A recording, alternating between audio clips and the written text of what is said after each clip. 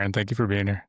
Thanks for having me. Can you tell me what your business is and explain to me what it is? I have a current movement studio in Bozeman. It's a gyrotonic studio, and it encompasses the whole gyrotonic expansion system. So I don't just teach gyrotonic, I also teach gyrokinesis. What does gyrotonic mean? Gyro is spiral and tonic is tonify. Okay. What is the what is the intent, or what are you trying to achieve, accomplish, or embody when you're participating, when you're taking a class? When someone is taking a studio session, it's really customized to their goals. It's gyrotonic and gyrokinesis help people move along a spectrum of movement possibilities that your everyday person may not be exploring. So we have wonderful joints and a wonderful spine, and the possibilities are kind of endless in our bodies for movement. And we just kind of scratch the surface walking around in our day-to-day lives. So when they come into a session, they would be decompressing their whole body, especially their joints. In a gyrokinesis class, similarly, the system helps people decompress and mobilize their joints, get more flexible and strong. However, in gyrokinesis, it's in a group format, so as many people as you want moving together. And in a studio setting where I'm at, I see one or two people at a time. Okay. How similar is this to yoga or Pilates? Is there any Yoga and Pilates help people move in this spectrum of movement, and that category of movement might help them scratch the surface a little bit as well. Because gyro has, so we shorten it sometimes to say gyro. It means kind of the whole system, would actually, I think, be a fuller movement experience because it's not only linear and moving in planes, but it's also circling. So I always tell people, if you're going to be pretty precise with your movement, let's say you want to move around the low torso, you might explain the shape of a square or a box. So you can go from point to point, from that point to the next point. But if you take it into a circle or a spiral, you're filling in the in-between places as well as those really specific points. Gotcha. So Yeah. who typically does this, or I mean, why does somebody seek this out? And is there a typical demographic of the Mm-hmm. type of person that does this? I think open and curious people really gravitate towards it. People who might enjoy philosophy, um, esoteric thought, you know. Um, Also very practical people who want to get out of pain. So aside from just open, curious people who love movement, you might have people who have been through accidents, injuries. They've been through a lot of repair in their body and physical therapy. I often see people after they've done physical therapy and they're still not quite in their bodies or where they want to be with their injuries. Elderly people really gravitate towards it. And elderly is something we could define in different ways. I'm just talking about people who have had a lot of wisdom and understanding that, you can't turn your healthcare over to somebody. You're going to age and change over time. And really, at the end of the day, you want to have fun. So I would find elderly people who have come in for some sort of physical body need coming in and having a lot of joy in the movement.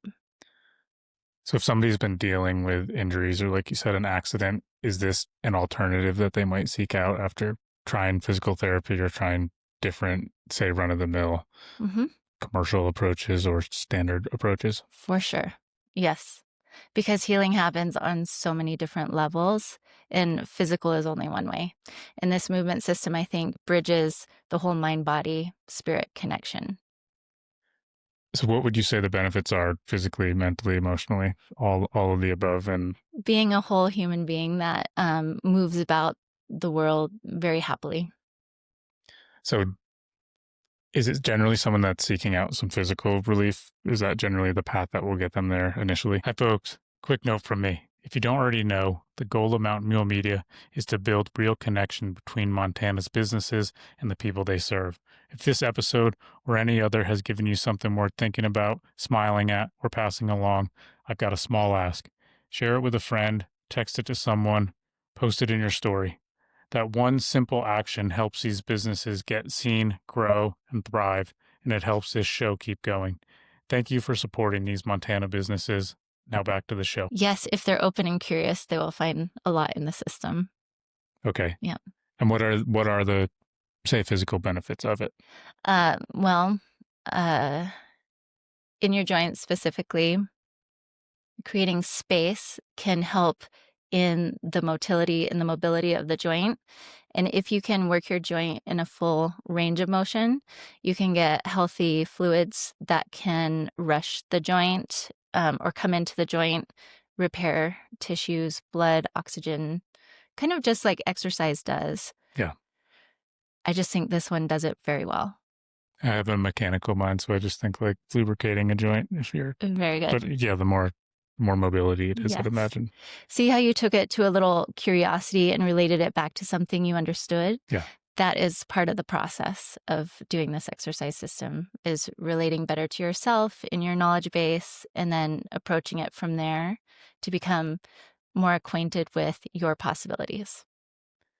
What would you say the emotional or mental benefits of this are? Because you're saying it all ties together, correct? Yes. So I would say it's a very supportive movement system. And it's great when you're out in the world just doing your business. When you put energy and effort out, you see some returns. So that's kind of a aspect of this. Any effort you put into the movements and the exercise on a physical, emotional, like you're committing to it and you're curious about it, or even a spiritual, just being open level, you will get such great returns for being curious and putting in some effort. So it's very supportive and reinforcing to your experience, and it builds you up in that way. Okay. Yeah, you get feedback right away from doing it that you're learning, growing, expanding. It's called Gyrotonic expansion system. Okay. Mm-hmm. So can we lay out a roadmap? If I call you up, I go on your website and I say, Erin, I want to do this. Yes. What does that look like? How do I start? Do I take one class a week, multiple classes a week? Am I then practicing at home after those classes? What's the approach for a complete beginner? Okay. Well, and you do exercise, right? Yeah. And what do you do? I do, weight training, resistance training, and I do have one yoga class a week. Excellent. Yeah. And Okay. that's sort of that's more so my recovery day. It's not an intense, it's just more stretching and mobility. Mm-hmm. And I do that minimum of once a week. And then I strength train 3 to 4 days a week. Okay, excellent. So you'd be an ideal client. Okay.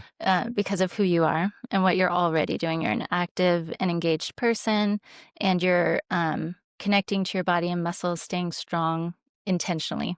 And it sounds like consciously too, like it's part of your whole thing. I hope so. Yeah. What a gift that would be to have someone come into the studio like that. Let's just say you're coming from, let's just say another person comes in, they're injured and they want to get better in their hip, or they had a surgery and they're not familiar with their new hip or their new knee. I would approach them a little differently, but here's what I would do the same. I'd be equally as excited to see them. And I would say, okay, let's have a little meetup before you come into the studio. And that's just to get to know each other. So we would have a Zoom meeting if we're lucky, if they can Zoom, and or a phone call. And I would just tell them what to expect in the studio. I have a home-based studio, and I have a family, and I have this little sectioned off part of our house that's just for this. It's dedicated space for gyrotonic. So I tell them that because, it's not like maybe other businesses in town where you go downtown or to a cool little warehouse area in Belgrade and you get to go into a showroom or business that feels businessy. Mm-hmm. Mine's a little cozier. So they get to know me because they're coming into my home. And then I hear all about them. I want to know, what do you want me to know about you? And that's really important to do in advance to see if there's rapport and to have face-to-face time. And then when we decide they're going to have a studio session or join me in a group class, we kind of are already familiar with each other and we could get right into the gyro. Oh, very cool. Yeah. So you try to develop that rapport and chemistry prior to because just strangers meeting and saying, yeah, hey, let's wing maybe this. they meet me and they go, oh, heck no, she has got way too much energy and I don't appreciate that high-pitched voice. Or they're like, oh no, she is not in line. People could feel that resistance right away. We just want to know that's the case. And maybe they seek out something else. I mean, that could happen. It just it shows what their goals might be. Like if they're really interested in the work or somebody told them about it and that's exciting them, then they can get used to having a relationship with the teacher, because the teacher is a facilitator to get in to do the thing. And it's really good to have a good feeling about them. I've even heard students say, I want to move like that person looks, So that's a pretty big goal. So I've had some very good teachers teach me, and I aspire to also have great presence and range of motion. So you want to like your teacher is what I'm saying. If you're seeing someone you don't like how they're moving, you're like, oh, maybe they're not the teacher for me. Heck. That might be something I'd want to add on. Like, here, I'll show you some of my work. Here's what the studio looks like. Here's what the movement looks like. That's a good idea. So if somebody goes to your website, can they see what some of the movement is and get an idea of what it is? On my website, I have links to my social media and YouTube and Facebook. So there is examples of me moving there. If people are that curious and they're doing their research, that's a great thing. I'd love to hear that someone did that, actually. That's not very common, actually. Okay. Well, I'm going to do it after this because I'm curious. I do have a general little snippet that's on a reel at the top of my webpage, and it's my daughter and I doing gyrokinesis together at sunset.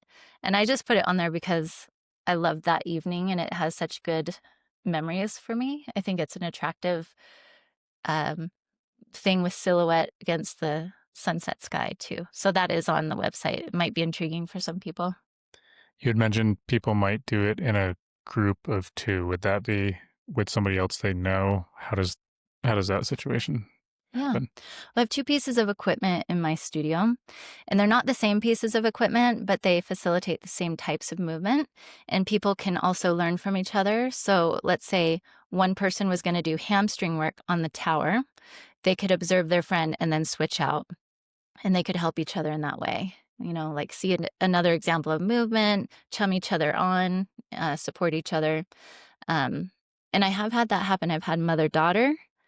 I have had my 2 kids in there together. And it's kind of fun, when you have more than just a private.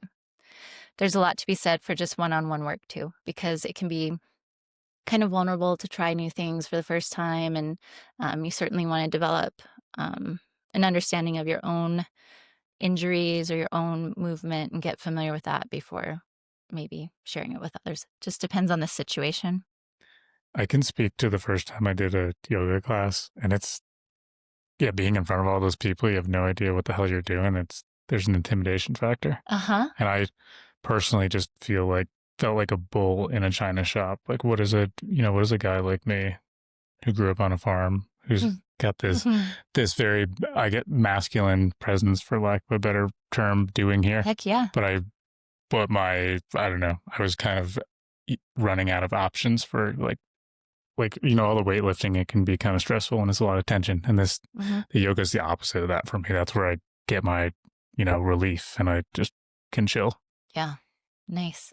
So you're able to chill in the group class and you enjoy that now? Yeah. And I've just done it, I think, for so many years that I'm comfortable, and I know, I'm more particular about what kind of class it is. If it's like power anything, I'm like, no, not for me. And I've gone to some of those and I just do my own thing. I'm like, sorry, I paid for this. I'm doing what I want to do. What a wonderful choice for balance, right? Yeah. You know yourself that it's good to go there, on a regular basis to balance out the challenge you give yourself in weightlifting and resistance training.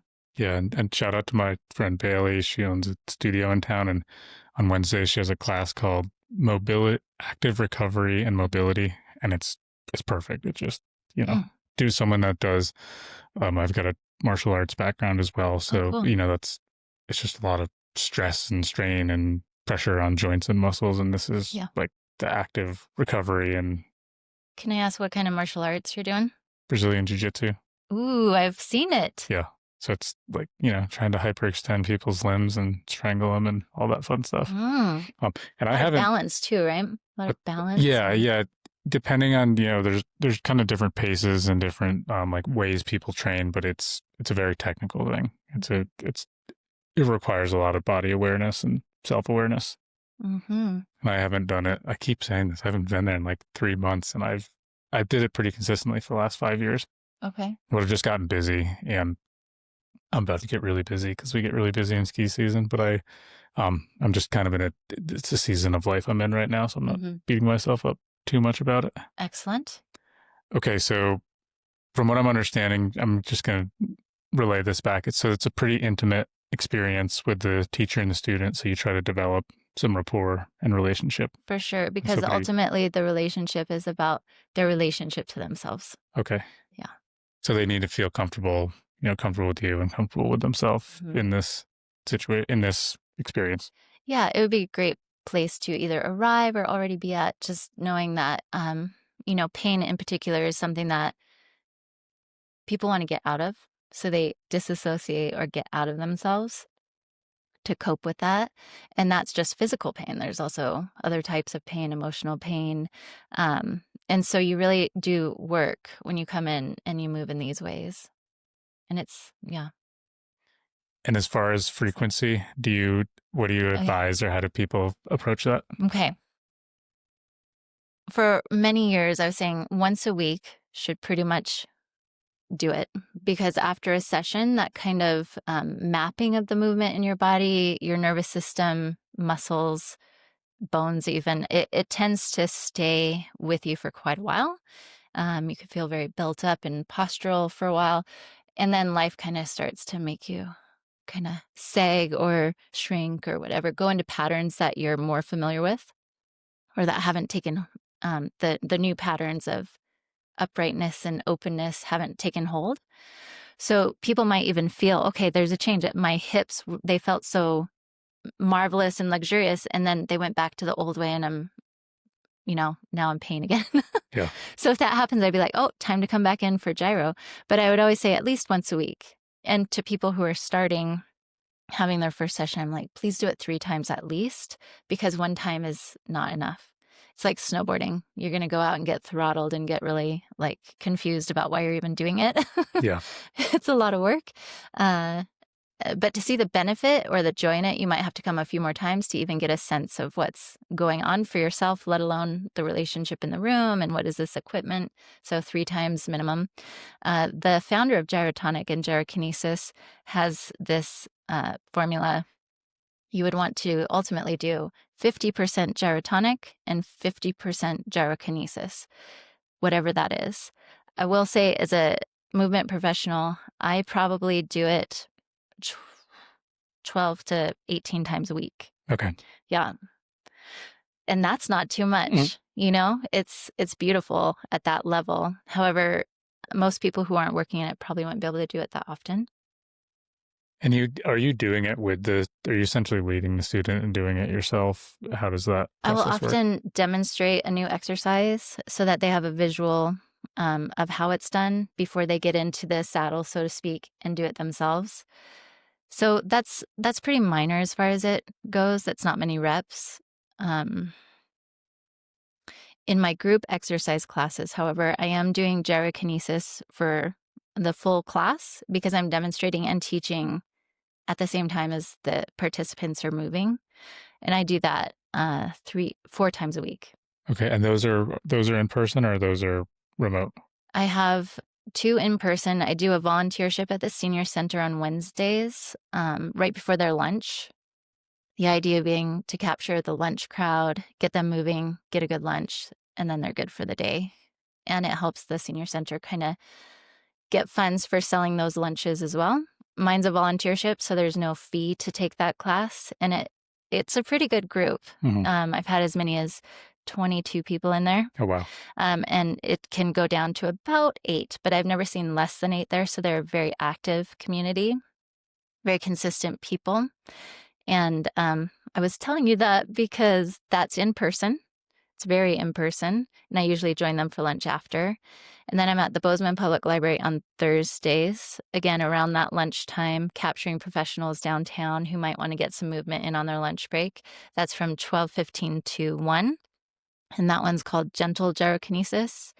And then right after that, there's a progressive class. So it's the next level, and it's 1:15 to 2:15. And that's also in person. And then I teach on Tuesdays virtually for a small group of participants on the computer. Very cool. Mm-hmm. So this is approachable kind of regardless of your age and ability level. Is there a lot of limitations to this? No limits. Okay. No. Like I've taught everybody from age, well, my son, the first time he did gyro, he was probably 4. And that was just for fun, check out this little piece of equipment. I got him a specialized piece of, it's like a tower, but mini, and it's called the Dragon. Pretty fun. So it's like a toy for kids, basically. So I have taught a 4-year-old, but professionally, somebody who came in for a session specifically, I've taught 9 to 93. Oh, wow. Mm-hmm. What does this equipment look like? You said a tower. Mm-hmm. So do you have enough equipment for this many people? Do you need equipment all the time, or how does that work? No, the goal actually is to be able to move without equipment, much like you would yoga. The equipment is an instrument that helps people find form and support when maybe their bodies don't understand it yet. So you can imagine this equipment, the tower specifically, has an upright component with weights and pulleys.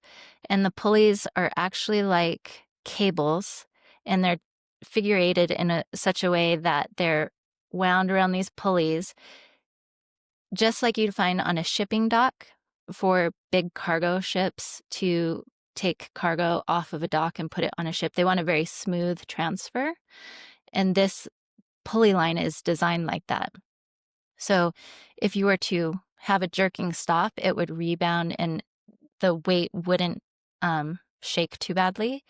If you were to circle your hip socket and say these little loops and cables are hooked to your foot, and you take it on a big circle, you'd have a smooth and seamless sort of support all the way around that circle.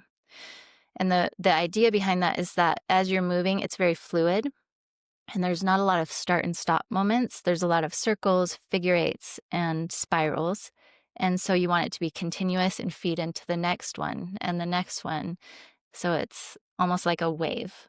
That makes sense. It's not kind of like just really abrupt movements and No. starts and stops. Not a lot of hinge movements, actually, more Okay. circles. And like, I always think of it as like Tai Chi martial arts stuff, like Okay. very powerful and strong, if you like, or light and subtle, but always very fluid.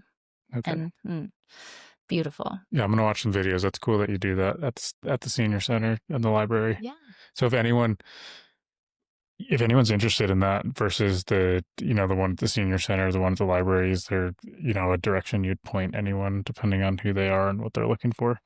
Okay, I'm hearing if they weren't interested in the group classes. No, if they are. If they just said, hey, I want to come check this out, I want to see what this is, would you say come to the senior center, come to the library? Is there anywhere specific depending on who you are and what you're looking for? Yeah, I would say if you would like a convivial, fun group of seniors, go to the senior center, sign up, and just get into that culture because it's really rad. And the movement is going to be the gentlest there, and it's going to be very mindful and fun. And the library class, I take those people into more movement than the senior center. We get a lot more of the middle population, maybe retired age, but not so many seniors in that one. I think it's just a matter of collection and community. The seniors tend to just group at that senior center. They are welcome at the library. Anyone's welcome. They're both free classes. The second class, though, I would say you might be a good person for the second progressive class at the library because it's more advanced moves. The first class, I don't take people to the floor. It's mostly chair work, spinal motions.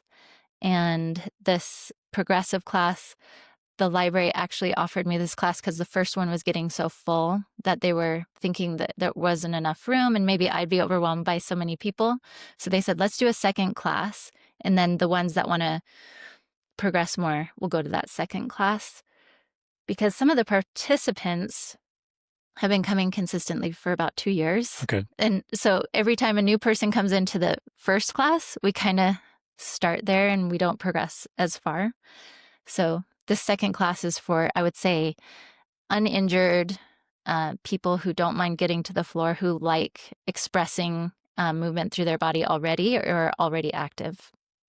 And are they, or would you be on a mat or anything when you're doing this on the floor? Or are you just on the floor? Yeah, we have specialized mats. All the equipment's very specialized and beautiful. So the mats that we put down on the floor, even though we have access to yoga mats, because the library also has yoga for the public, we use these clover-shaped green mats that have sort of a slick surface. It's strange to say a slick surface on a mat, but there's a lot of continuous movement. And if you're on a yoga mat, sometimes it catches your skin or your feet and it actually keeps you from slipping. And this is a specialized mat that allows us to do all the... You don't want the friction. You kind of want the seamless movement. Yeah. So how did you get into this? Thank you for asking that. I get to go down memory lane. I was living in Seattle, in downtown, and I had just moved there from Montana because my spouse at the time was working for Boeing in Everett, Washington, which was a little bit north of Seattle. So each day I'd be in the city, and I had just had a baby. And I was doing all these things that weren't familiar to my body, like staying up all night in an urban condo with a lot of street noise, night nursing, which was kind of like a shoulder rotation like this, and you'd fall asleep and your neck would get sore. My low back was, it had been hurting me for years before having a child. Once I had a child, it got way worse. Oh, I bet. A lot of carrying, a lot of, I think people now are still using baby carriers, either front packs or slings. I was trying all that stuff out because I didn't have a car and we'd just go out and walk places. But my body did not feel familiar to me. I'm originally from Montana and I grew up with a lot of action sports and I really loved being outside. I love the snow, especially in the winter. So in Seattle, I found myself in a new situation where I didn't have those elements and I wasn't getting out to do the action sports. I was feeling a little bedraggled and tired and like things were weighing me down. And so I talked to a naturopath and she said, "Have you done gyrotonic before?" And I had no idea what she said. I was like, "What?" That's a common response, a gyro what? Is that for old people and all these things? And she said, well, look it up. You might like it. You're an active person. You like flow. That was key, like fluid sports like snowboarding, snowmobiling, kiteboarding. I loved all those things. I missed those things. And I said, okay, I'll look it up. So I got on my old BlackBerry or whatever I had. And I was like, wow, there's a studio, a 5-minute walk from where we lived. So it was really easy to get there.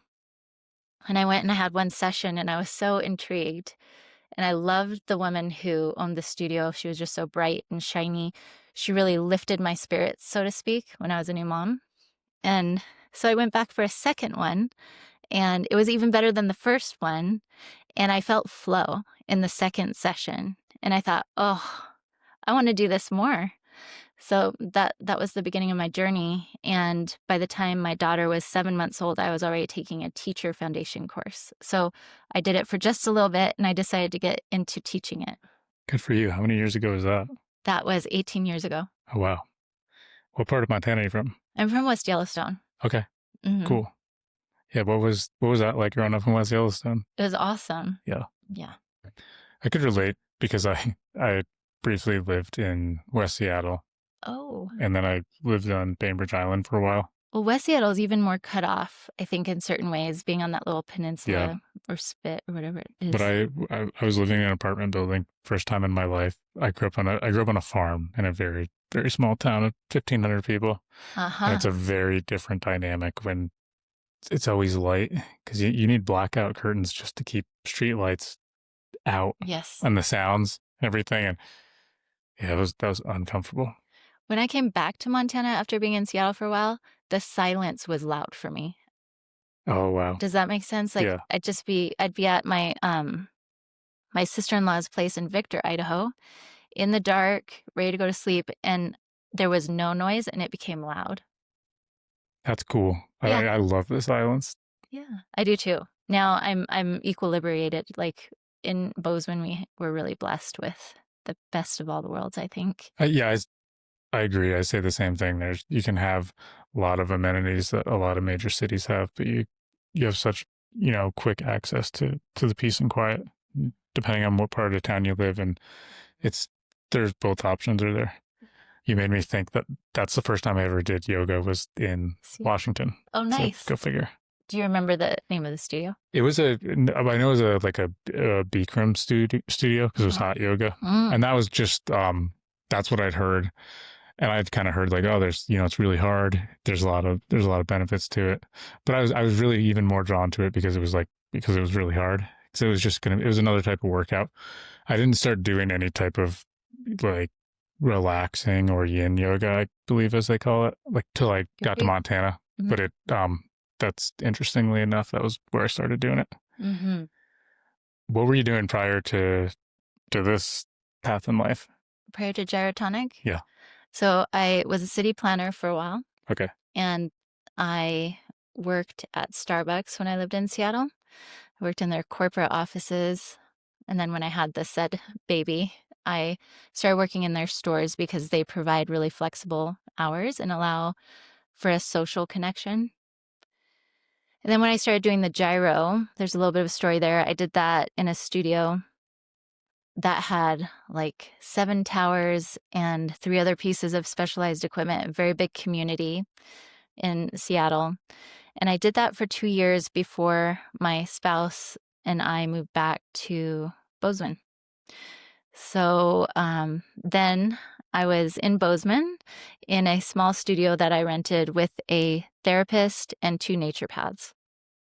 And within the first 10 months of being there, they decided to disband and they offered me the whole suite, which at that time I could not afford. And I was pregnant with my second child, and I also wasn't looking to take all that on like days before having a baby.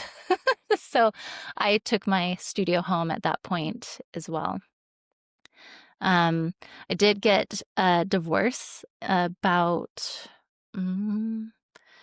probably 5 years after being back in Bozeman, and that created a new venture for me. The gyrotonic business aspect didn't really support everything that was needed at that time. So another teacher that was coming to Montana to her summer home, she wanted to buy my equipment, so I sold it to her and bought a cafe. I had a coffee shop.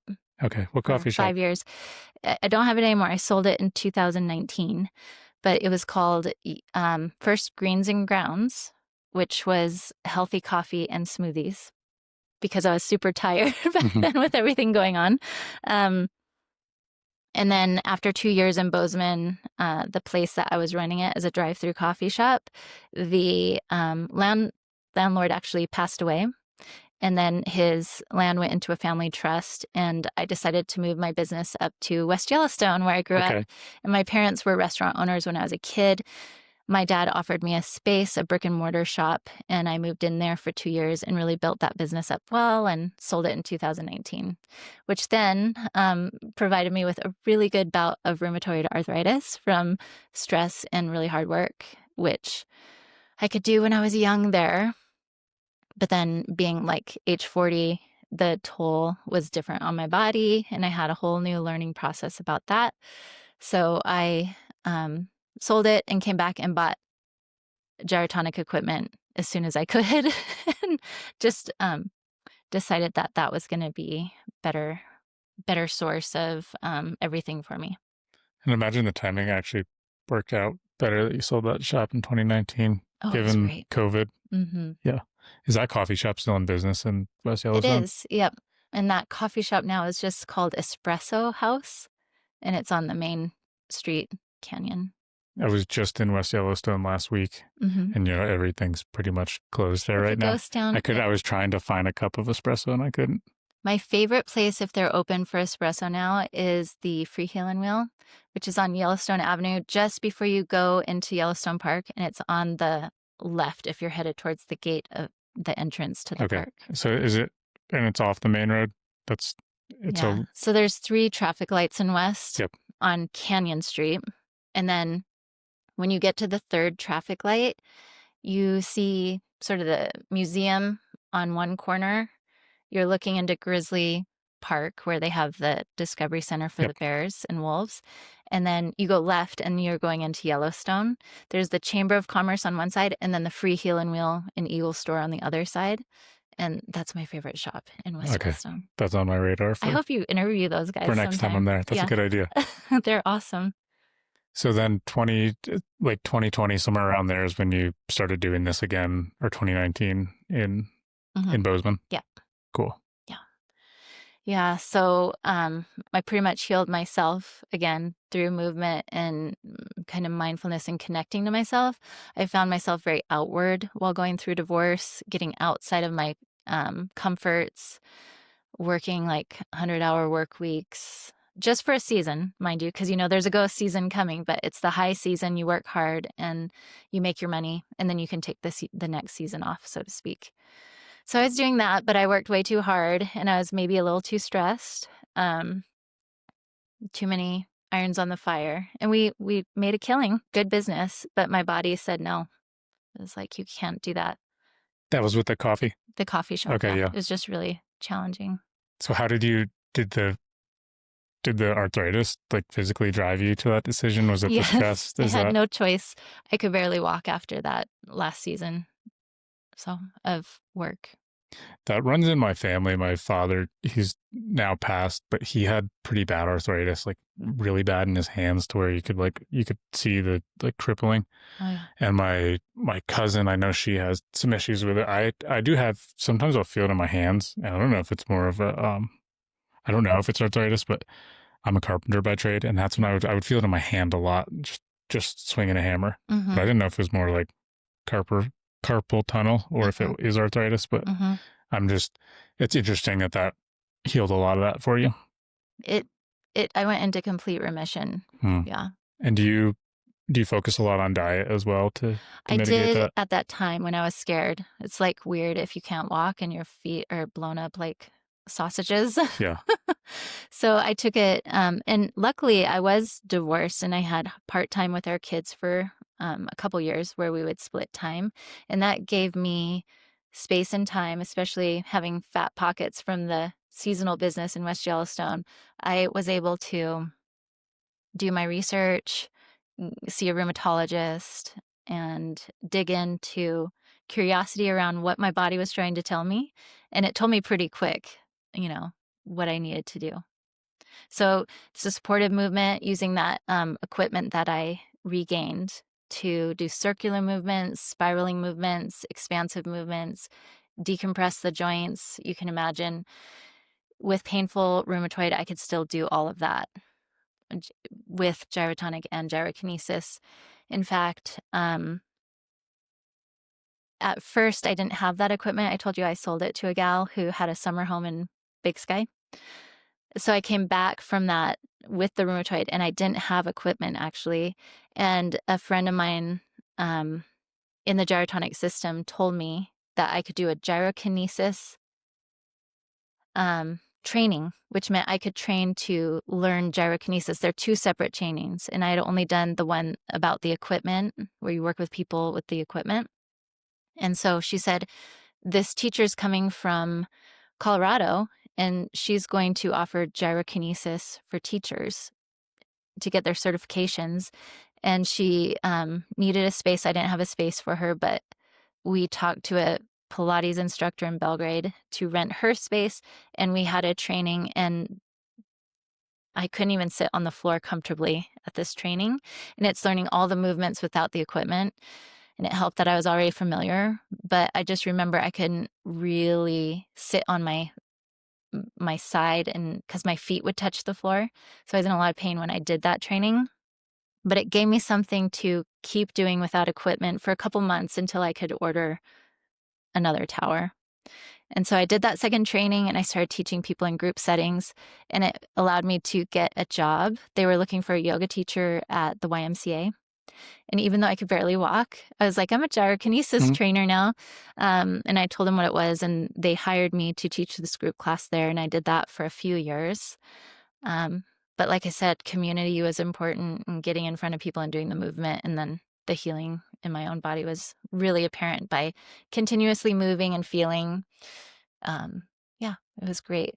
And you said that's essentially brought you into complete remission with the rheumatoid. Yeah, and I did focus on some diet and health and took some medication, which is very important if you're highly inflamed with rheumatoid. Yeah. I'm just so glad I'm on a holiday from medication. I only needed it for a short while. Was that some type of anti-inflammatory? There are 250 or more rheumatoid arthritis medications, and I tried 3. And the one that I landed on was a biologic. And it took a little time to get going, but once it activated, I feel like it really gave me an edge to then use lifestyle and movement as my real medicine. Yeah. Yeah, and it was a long time ago. When my father passed, I was just a kid. It was 2002. And I know he was always trying a lot of different things for his arthritis, and we had a dairy farm, so he was very physically active and always working. But I wonder now, with the access we have to information and technology, what could be done now that we didn't know about then. And that's part of why I really put a priority on my physical health and my mental well-being, because I just realized that those patterns to some extent can be genetic, and the same things can show up. Yeah, so I learned that. I'm curious if he had rheumatoid or osteoarthritis or both. I believe rheumatoid, but Okay. Yeah, so one of the telltale signs of rheumatoid, it can show up in the hands as like an ulnar drift. And sometimes in very elderly people that have it, you'll see their fingers all point towards their ulna side, like that. Oh, interesting. Yeah. But osteoarthritis, you can also get disfiguration, usually blown up joints, and it can look like rheumatoid. It's different though. It's usually just inflammation from wear and tear, whereas rheumatoid is more in the synovium. So with movement, rheumatoid arthritis usually feels better after movement. And with osteoarthritis, you can feel a lot more sore after movement. So I always like to figure out which one it is. You're lucky if you have rheumatoid, in my opinion. I remember one thing distinctively is like his feet were almost like bowed out. And this was and I think this was an effect of the inflammation in his joints and stuff. But I do just remember his hands kind of being visibly crippled. Yeah.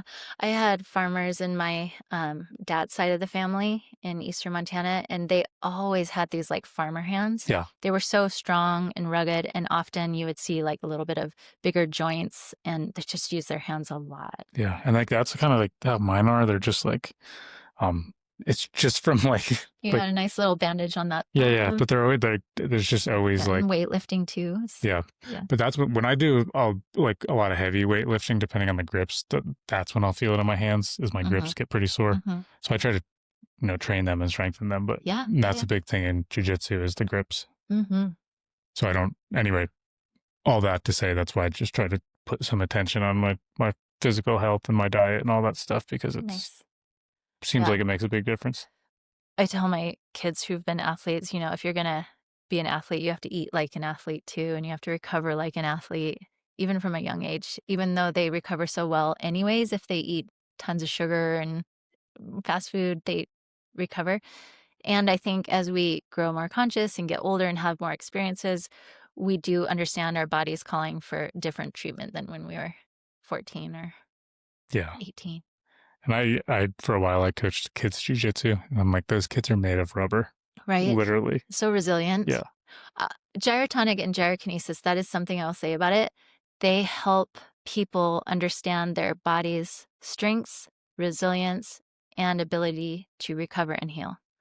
It's an amazing regenerative modality that I wish more people knew about, and will eventually. It's just kind of a newer thing. Sure. And this will get published and people will hear about I'm this. so excited. If Thanks anyone, for this. yeah, if anyone's interested in this and they have some apprehensions, what do you have any advice for them as to, where to start or how to approach it? Well, I would just be curious why they're so apprehensive. Okay. You know? You've been very pleasant to talk with, so I don't know, but like we all have our reasons for Right. we all have our things that we're Yeah. Yeah. I would dig into that and just see what you want. And if there's some closed offness. I mean, not everybody is super stoked on like health and wellness like you are. People who are, I think, will more easily see the benefits. I'm not wanting to sell it or convert people over to this. I just think it's a nice offering that is very human, and it's such a delight that I think it's just good for everybody. And there's so many possibilities. And I think a lot of times we're in our negativities. And so if you play with what's possible, you really start to see what's possible and you grow and develop. And I think that's a human thing. If we're lucky, we continue to grow and develop no matter what age we are. Yeah, I love that mindset and approach. Where can people find your website or find you on social media? currentmovementstudio.com. Okay. And you guys are on social as well? Yes. And I will say the best place for gyrotonic information is gyrotonic.com. Great blog, lots of videos. There's videos, teachings for sale on that website. I don't have to be your guru. I'm not a guru. And if my everything is like, I don't think I want to hang out with that, there are myriad of different people teaching gyrotonic around the world. There's probably 3,000 teachers on every continent, and it's a virtual world. So I just say, go check it out and see what draws you in. It may be somebody in Spain. It may be somebody in Italy, because you just feel that resonance or something. But if you're in Bozeman and you want to play with someone who loves this area, try something new, I would be delighted. Very cool. It's been a pleasure, Erin, getting to know you and hearing about this. And I'll put all these links in the description and hopefully some more people find out about it. Thank you. Thanks for listening, folks. You can find the full blog post for every episode along with key takeaways and links at mountain-mule.com. If you haven't yet, consider following the show. That one small action helps these Montana businesses get seen, grow, and thrive, and it helps this podcast keep going too. If you know a business that would be a good fit for the show, we'd love to hear from you. Just reach out through the website or social. Thank you for supporting these Montana businesses. See you on the next show.